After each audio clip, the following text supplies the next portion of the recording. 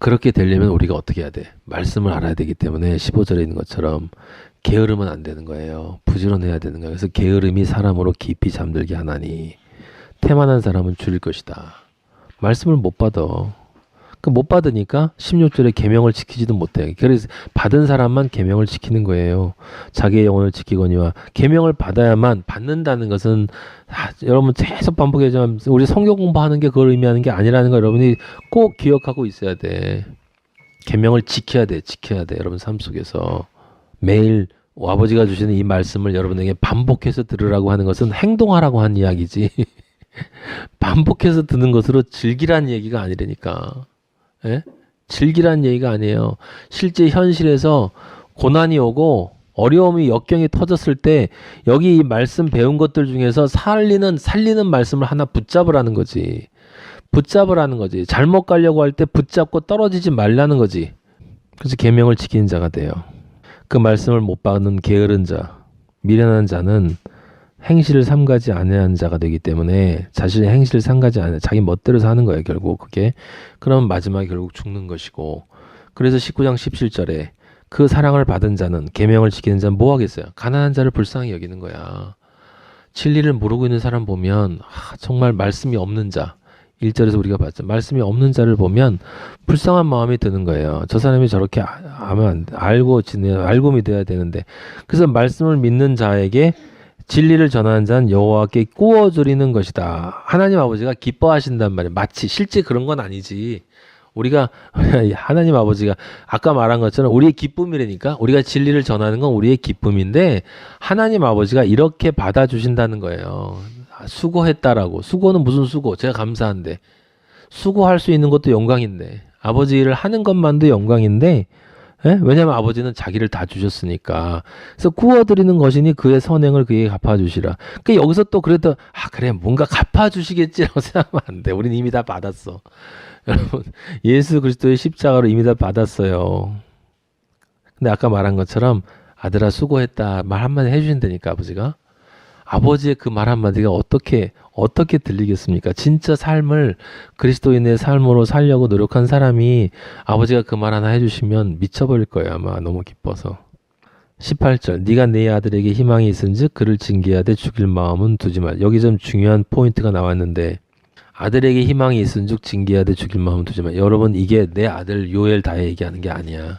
예수님이 십자가에서 마리아에게 요한을 소개하면서 어머니 보십시오. 당신의 아들입니다. 라고 얘기했어요. 그리고 요한에게 보라 네 어머니다 라고 얘기했어요. 모든 사람은 하나님의 아들이 되는 거고 여러분이 디모데를 바울이 낳은 것처럼 여러분이 자식을 낳아야 돼요.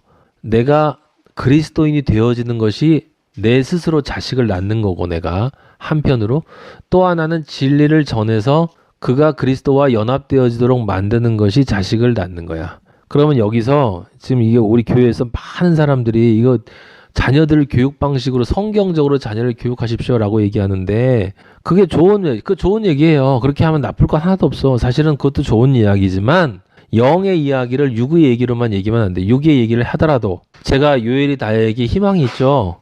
하나님 아버지의 마지막 선지자가 됐으면 하는 희망이 있어. 그래서 저는 걔네들을 징계해요. 당연히 죽일 마음은 가지고 있지 않아. 그렇게 얘기하는 게 틀린 건 아니야. 하지만 이 말은 그 말이 아니라 내가 진리로 낳은 아들, 여러분들에게 희망이 있기 때문에 징계한단 말이에요. 성령의 책망하는 말씀을 전한단 말이에요. 기분 나쁘고 불편한 이야기들을 전한단 말이에요. 그런데 죽일 마음은 가지고 있지 않아. 무슨 소리야? 지옥 갈 생각을 너는 아니야. 넌 지옥 가야 되겠어. 그런 생각하면 아니지. 믿는 마음이 있고 소망이 있고 구원을 받고 하나님 아버지가 반드시 진리를 깨닫게 해줘서 언젠가는 변하게 해주시겠지라고 하면서 전하는 거예요. 그게 가난한 자를 불쌍히 여기는 거야. 내가 낳은 아들인데 가난하게 됐으면 당연히 불쌍히 여겨야지.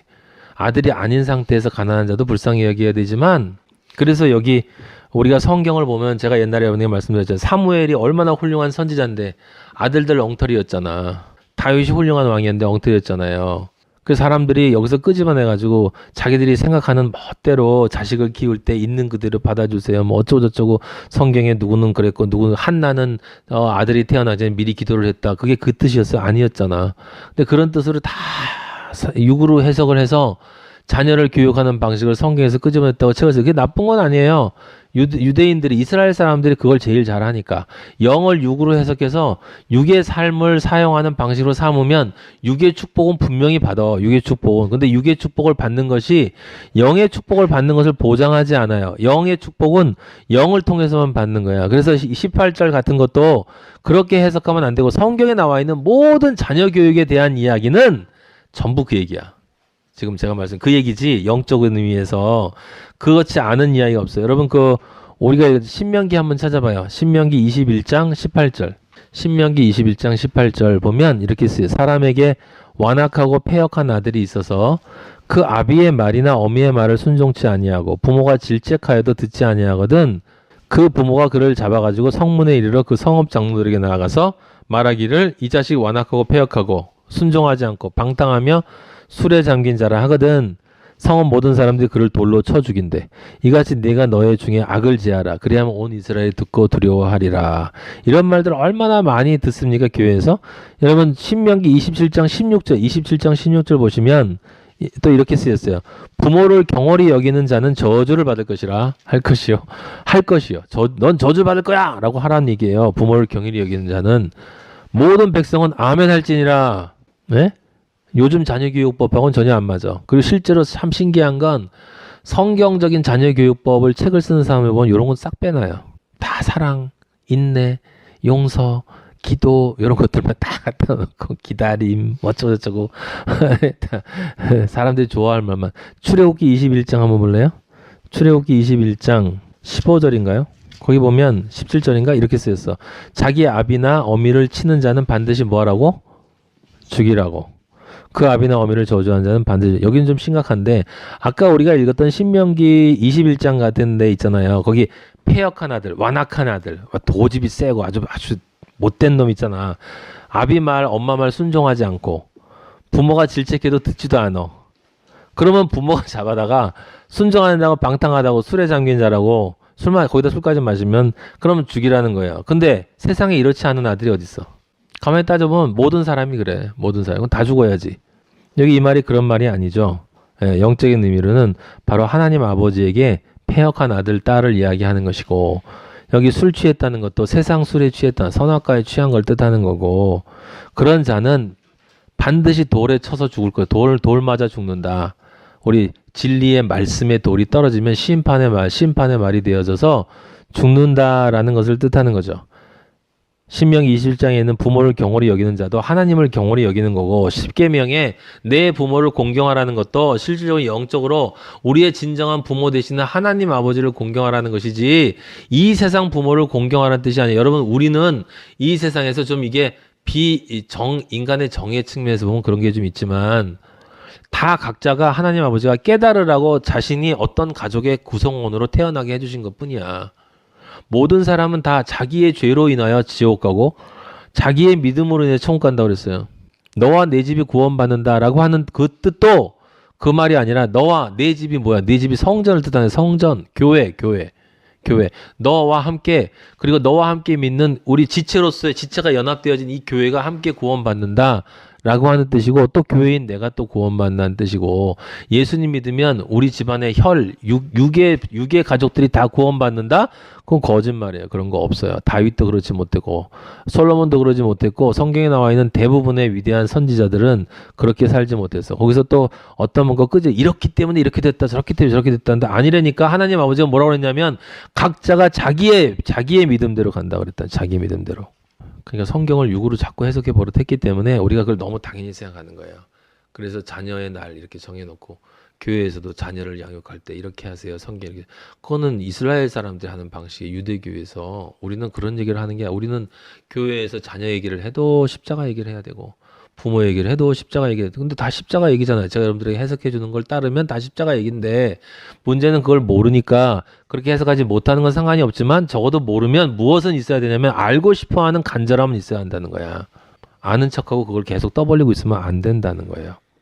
잠언 19장 19절. 노하기를 맹렬히 하는 자. 여기 노라는 얘기 다시 나왔죠? 내가 그를 건져주면 다시 그런 일이 생기리라. 여기 보시면 좀 이상한 말이 있잖아요. 노하기를 맹렬히 하는 자는 벌을 받을 것이라. 여기 노가 무엇을 뜻한다고? 감정대로, 마음대로, 자기 마음대로 행동하는 것을 뜻하는 거예요. 근데 그게 그냥 어디서 나오는 거냐면 그냥 나오는 게 아니라 우리가 아직 배웠나? 19장이니까 배웠죠. 16장 보세요. 잠언 16장. 잠언 16장 32절 봐요. 제가 그냥 얘기하는 게 아니에요. 잠언 16장 32절 보면 노하기를 더디하는 자는 용사보다 낫고 그 다음에 뭐라고 써요? 자기의 마음을 다스리는 자. 여기 마음이라는 단어가 나오잖아요. 마음을 다스리는 자는 성을 빼앗는 자보다 나으니라. 그럼 용사보다 나은 거하고 성을 빼앗는 자보다 나은 거하고 다른 거야? 아니야. 같은 거예요. 같은 거. 노하기를 더디하는 자가 노라는 것이 마음을 다스리지 못하는 것의 구체적인 하나의 사례지. 사례. 그래서 하나님이 에베소서 4장 25절에 보면 거짓을 버리고 각기 그 이웃과 더불어 참된 것을 말하라. 이는 우리가 서로 지체되면 우리가 서로 그리스도인으로 하나가 된다면 그 다음에 26절에 분을 내어도 죄를 짓지 말며 해가 지도록 분을 품지 말고 라고 해놓고 그렇게 하지 않는 이유는 네가 싸우지 말란 뜻이 아니라 그렇게 될 경우에 27절에 보면 마귀에게 틈을 주기 때문이다. 분을 품으면 분노를 가지게 되면 네 안에 화를 가지게 되거나 불평하는 마음을 가지게 되거나 어떤 식으로든 하나님이 기뻐하지 않으시는 마음을 가지는 그 순간에 마귀에게 틈을 주는 거야. 그래서 너는 그 영적 전쟁에서 패하게 되고 그러면 점점 그대로 방관하고 있으면 하나님 아버지로부터 멀어지게 된다라고 하는 뜻 아니겠어요? 그럼 그것만큼 심각한 일이 어디 있어? 그건 진짜 심각한 일이잖아. 내가 지금 분이 난다는 것보다 그 분을 통해서 틈을 주고 나서 하나님 아버지와 멀어진다면 그게 진짜 큰일이잖아요. 그러니까 분을 내지 않기 위해서 노력하는 거지. 꼬집으면서 어떻게든지 내가 참아보려고 노력하고.